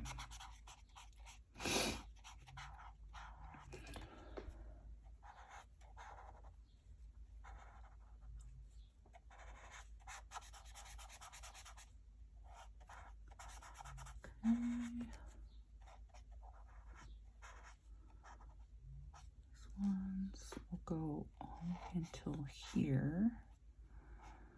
And you know what? I'm gonna see if I have another 10. What is it? 104. 104. Let's see what we've got over here. If this one works. Yes. Much better. Much better. Much better. Yay. Good thing I have a backup set. And then here, I'm gonna do the, let's pick that one. What did we do? Dark yellow? No, terracotta. Sorry, terracotta. In here with this little round part. All right, now we can follow this and also this.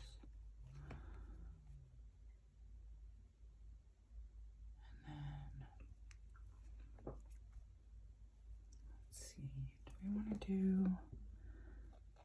so we're going to do this. We're also going to do this.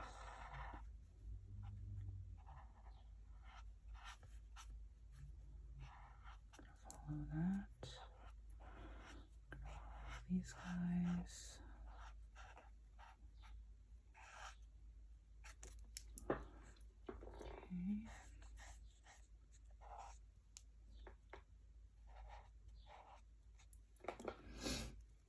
Okay.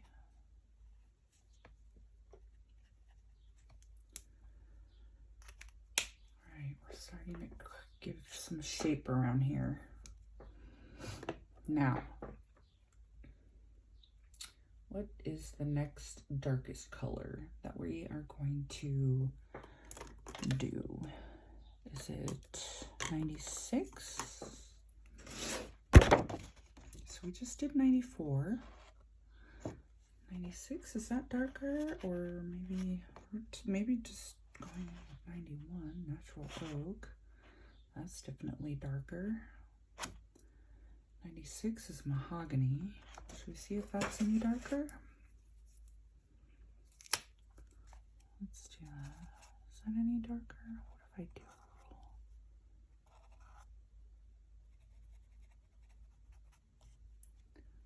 little? Yeah, that is darker actually.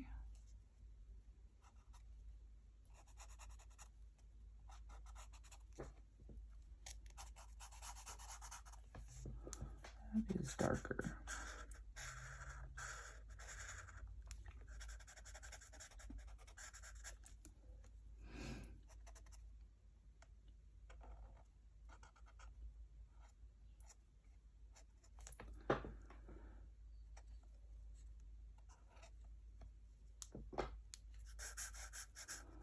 I don't think it's dark enough for some of these areas. So I think we do need to go a little darker when we get to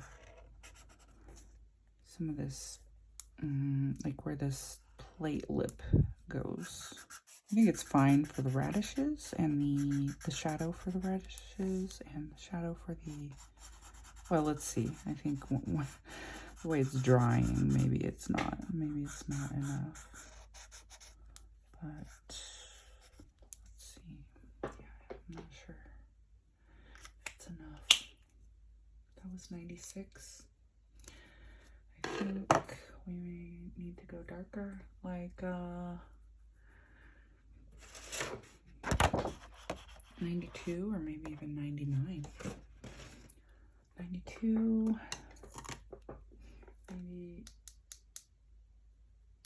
99 is bronze. Let's start with 92. That's chocolate. Chocolate. We can even add a couple, maybe we do a couple chocolate flakes here for some spice. Like as if there's some pieces of spices in here. I think that could be a good little addition. It's very subtle. Let's see.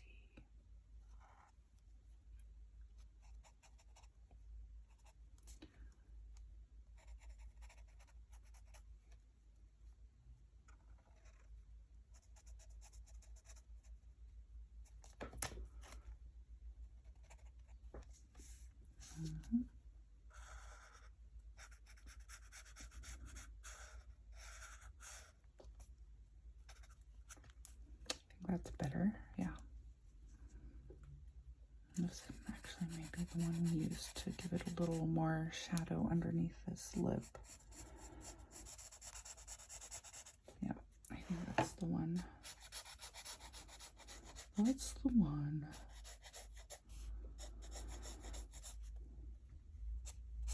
Okay, now I actually think maybe I want to give it even a little more shadow over here.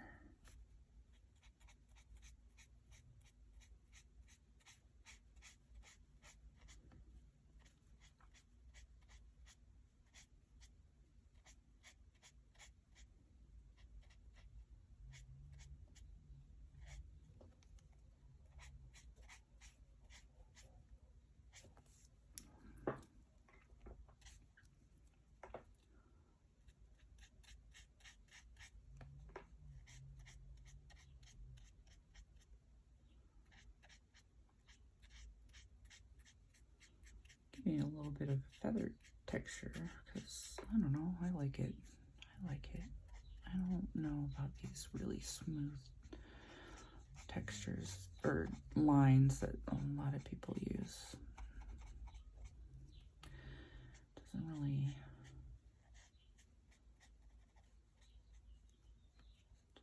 do it for me. Okay, I think that's looking pretty good. All right, what I want to do is actually just give this a little bit more of a defined line right here. For this plate.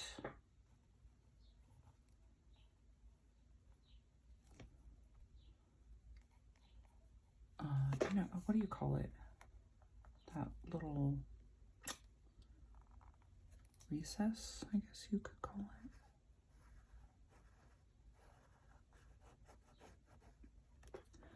There we go.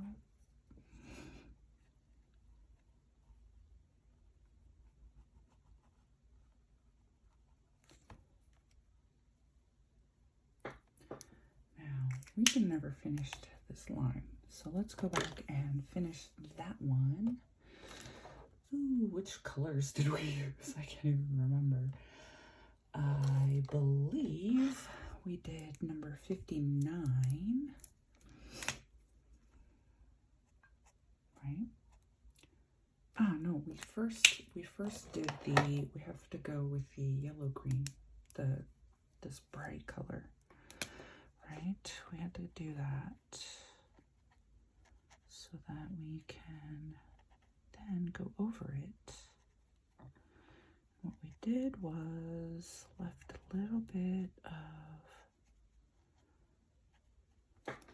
white, but what I forgot to do is go around that ridge. So let's see if I can do that now without creeping in too much on this white outline that we did. I think maybe I did creep in too much on it.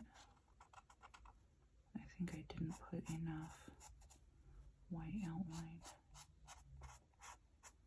Okay, what I'm gonna do in that case is maybe do more gel. I'm gonna fill in some of this black right here. Since it's a little, then what we need is a bit more white, right? Because we could do this at the very end too. Just chose to do it now.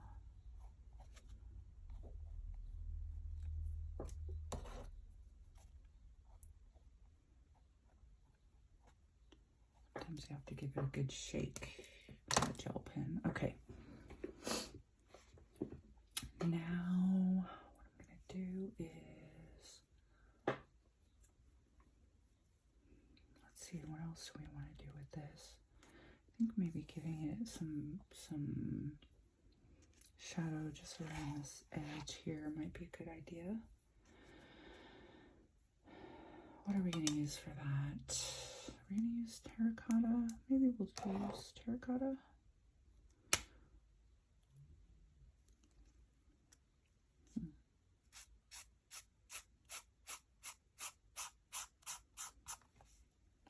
Like that. And then maybe darker colors over here in the shadow.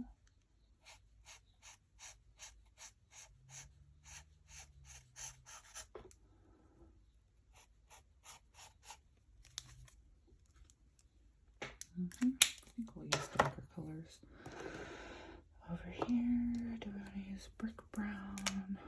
Maybe brick brown starting here.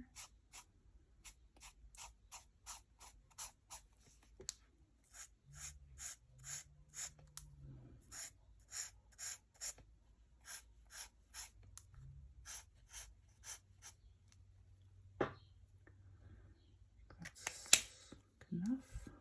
Just a little shape. And then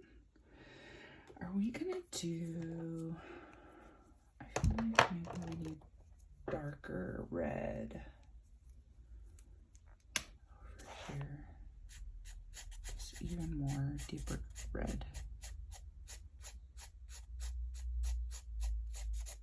In the shadow. Just right there. Okay, are we gonna do some flowers on this? Or is that gonna be too much? Too much? Let's go in with this 59 right now. Is this working? I don't know if this is working anymore. Maybe we need to go in with a different color.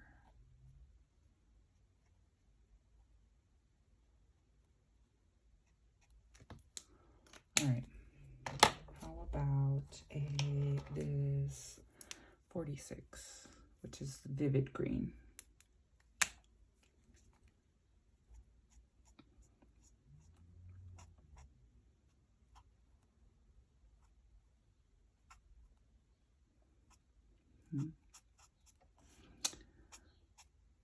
Maybe we put too much of the white gel. It's not blending up well as it was before. Perhaps I can do a little more of this lighter jade green over the top. Kind of tone it down a little bit. Oops. I think I'm smearing it now. Well,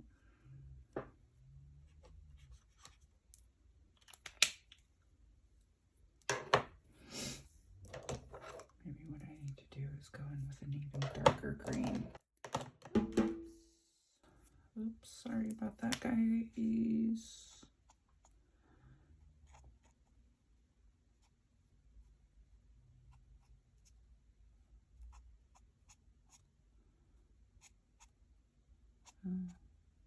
This lime didn't turn out as well as I thought, but anyway, we tried. All right, what we can do now, maybe I can just fix some of this white.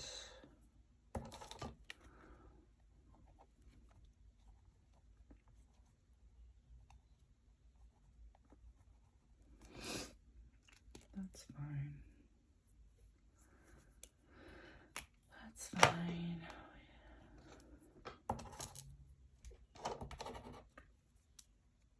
This is size 10 gel pen.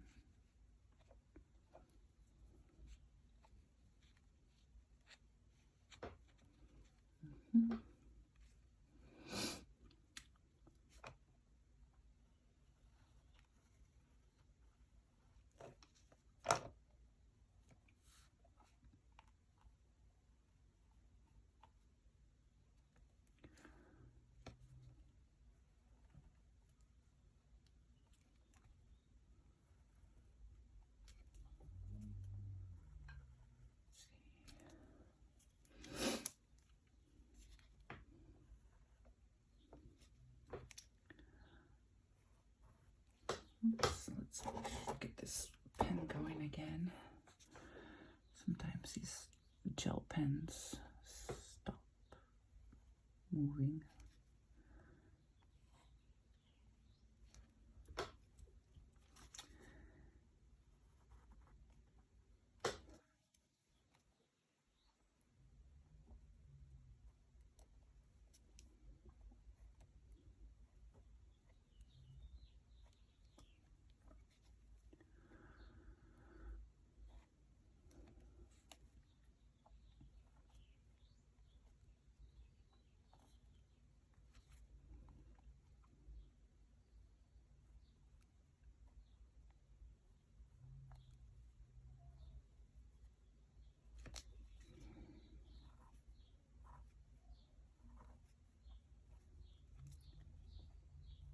Sure about how that's working out, but anyway.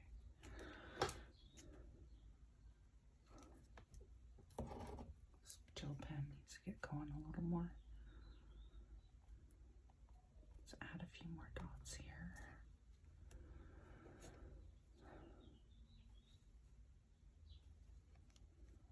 Can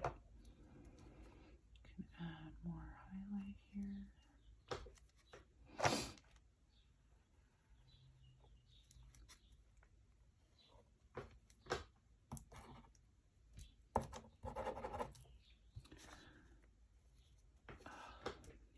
This gel pen moving. If you ever have issues with that, you know, give it a good shake and have a handy piece of paper nearby to try to get it going. I find that I need to do that quite a bit.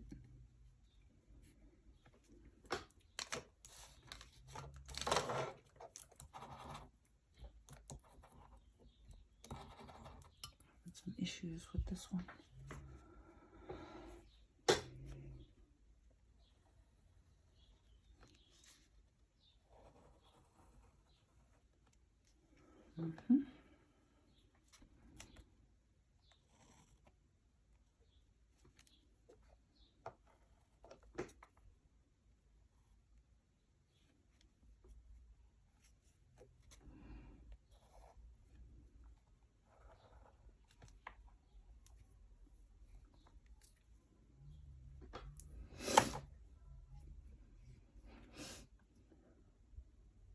What do you think? Are we done here? Do we need to do anything else?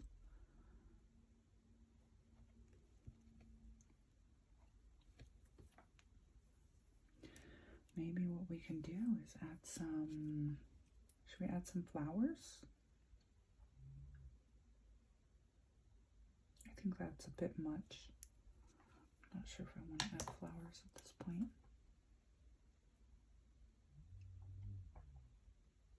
But what we can do is add a little shadow underneath here. So let's do that. We'll take our CG3 and add a little shadow.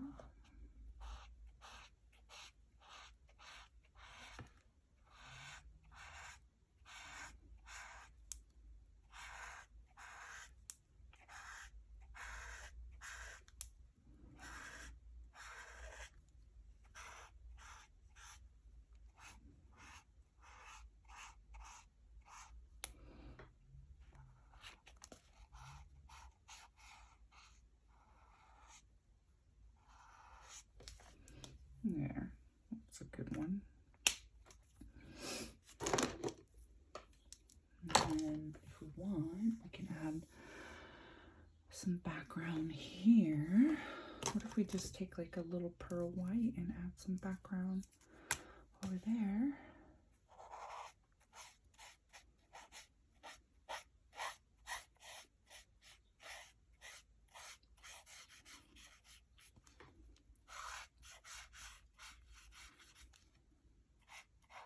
A little bit of something in the background to give it a little pop.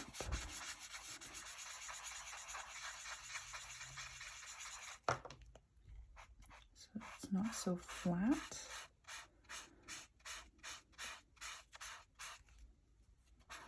And then add a little bit more life to it.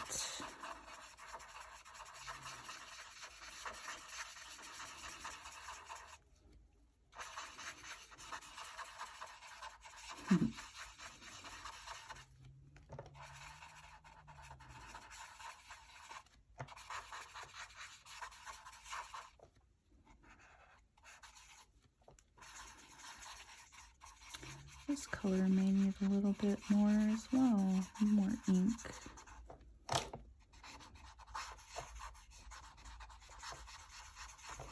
If you ever have issues blending, sometimes going in circles helps because it makes sure that you're saturating and you're going over that color that you just put down, and you're really, you know, getting that ink in there before it dries. Make sure it's nice and saturated. And then if you want, we could do something like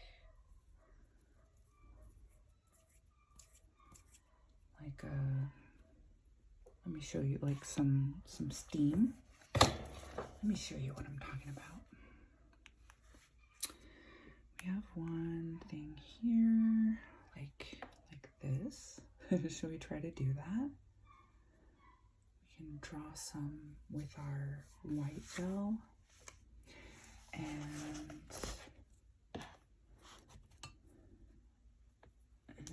although it's not really very dark, I need to wait for that to dry.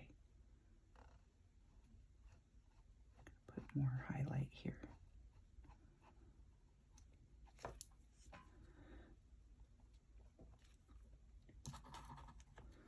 Gotta get this going again, this white gel pen. Okay. There we go. All right, let's see. Gotta wait till that dries, actually. In the meantime, we can add another little, maybe we can add a little more shadow. What if we do some, then we can spread it out.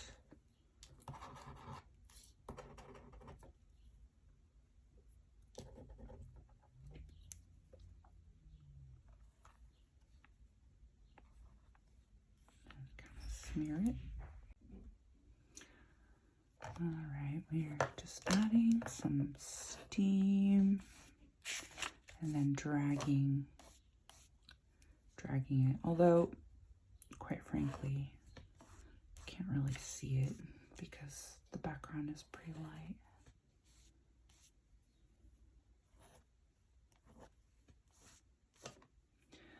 Yeah, so what I'm doing is just drawing some steam and then smearing it so it has that wispy look.